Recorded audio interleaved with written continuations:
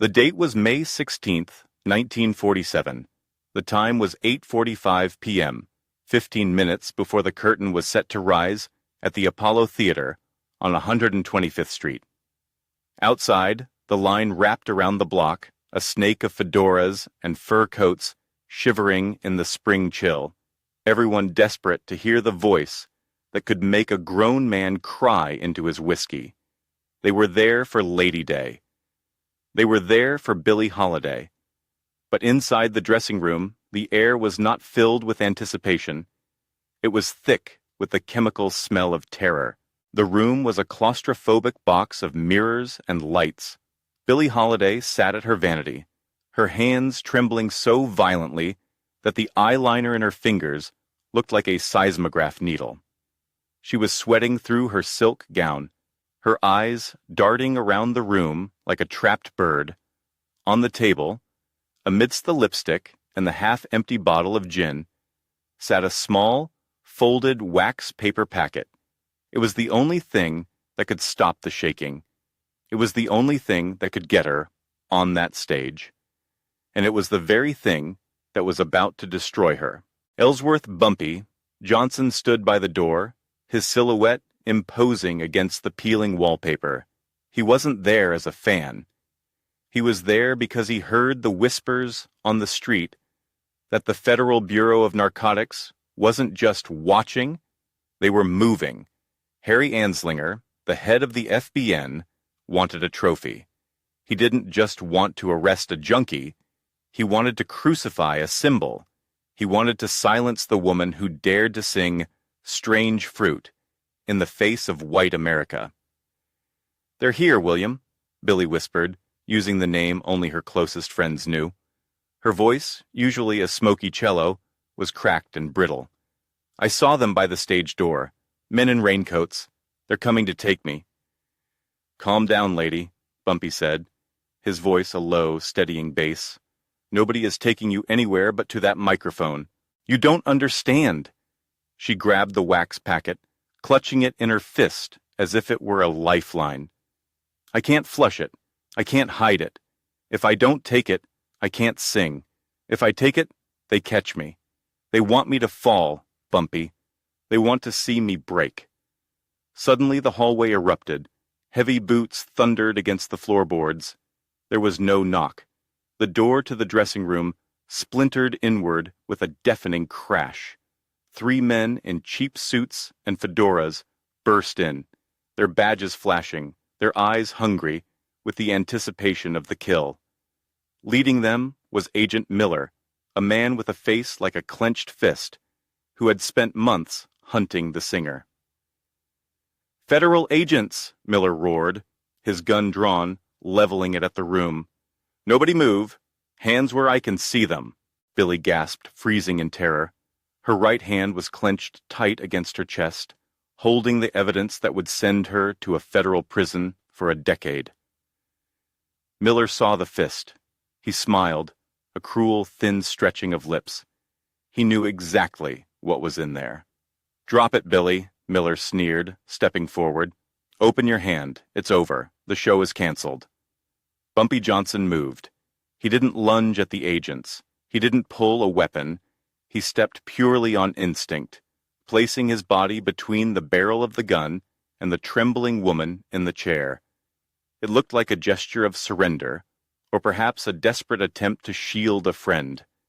He raised his hands, palms open, but as he turned his back to the agents to face Billie, his body blocked their line of sight for a fraction of a second, a heartbeat, no more.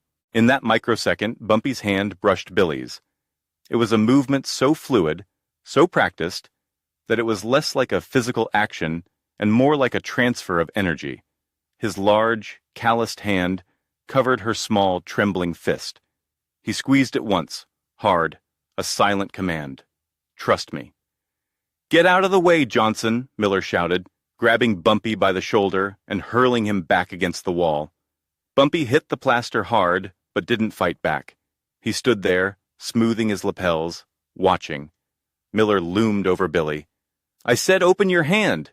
He didn't wait for her to comply. He grabbed her wrist, twisting it painfully. Billy cried out, tears streaming down her face, her resistance breaking. She opened her fingers. Miller looked down, ready to triumph.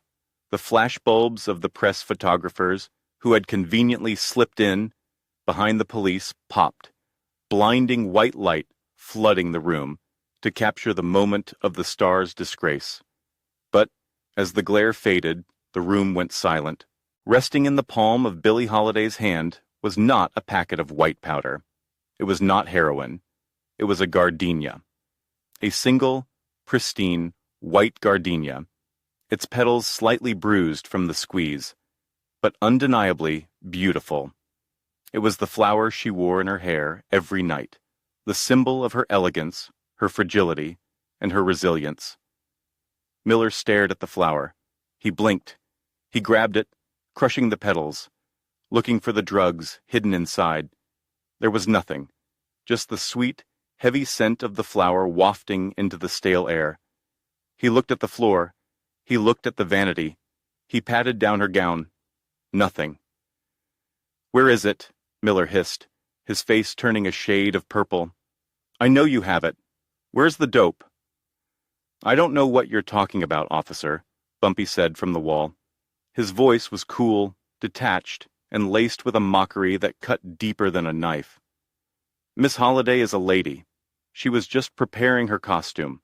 Bumpy stepped forward, pushing the stunned agent aside with the authority of a headmaster disciplining a child. He picked up the crushed gardenia from the table where Miller had dropped it and gently placed it back in Billy's hair. "You boys came here looking for a crime," Bumpy said, addressing the room, addressing the press, addressing the world. "But the only crime here is your interruption. This is a place of art. You are looking for ugliness where there is only beauty. Now, if you don't have a warrant for a flower, I suggest you get the hell out. The lady has a show to do." Miller looked at Bumpy, then at Billy, who was staring at the gardenia, in the mirror, with a look of bewildered salvation. The agent knew he had been played. He knew, with the certainty of a man who knows the streets, that a switch had happened. But he hadn't seen it. Nobody had seen it. And without the evidence, he was just a bully, harassing a national treasure. "This isn't over, Johnson," Miller spat, holstering his gun. "We'll be watching." "Enjoy the show," Bumpy replied, holding the door open. The agents filed out, defeated, the photographers grumbling as they realized there would be no scandal tonight, only a story of harassment. When the door clicked shut, the silence returned. Billy looked up at Bumpy, her eyes wide, swimming with tears. She didn't ask how. She didn't ask why. She just reached out and took his hand, pressing it to her cheek. "Thank you," she whispered. Bumpy didn't smile. He looked at her with a sadness that was older than the Apollo itself. "Go sing, lady. Sing for them. Sing for us." 10 minutes later, the curtain rose. The spotlight hit the stage, illuminating Billie Holiday in her white gown. The gardenia, pinned to the side of her head, glowing like a moon. She stepped to the microphone, her hands steady now, fueled by the adrenaline of survival. The first notes of the piano drifted out, dark and mournful. Southern trees bear strange fruit. As her voice filled the theater, haunting and raw, tearing at the soul of every person in the dark, Bumpy Johnson stood in the wings, hidden in the shadows where he belonged. He lit a cigarette, the smoke curling up into the rafters. He put his left hand into his trouser pocket. His fingers brushed against the cold wax paper of the packet he had palmed from her hand. He squeezed it. The heroin, the poison, the thing that was killing her. He was the man who sold it to the streets, and he was the man who had just saved her from it. The paradox weighed on him, heavier than any gun he had ever carried. He was the protector of the artist, but he was also the architect of the prison she couldn't escape. He had saved her career tonight, but he knew, with a fatalistic certainty, that he couldn't save her from herself. He listened to the applause thundering for the woman with the flower in her hair. He took the packet out of his pocket and looked at it one last time. Then he crushed it in his hand, dropped it to the floor, and ground it under the heel of his expensive Italian shoe until it was nothing but dust. "You're welcome, Billy," he whispered to the darkness. Bumpy Johnson turned and walked away, leaving the gardenia of the Apollo to shine in the light, while he carried the darkness back out into the Harlem night.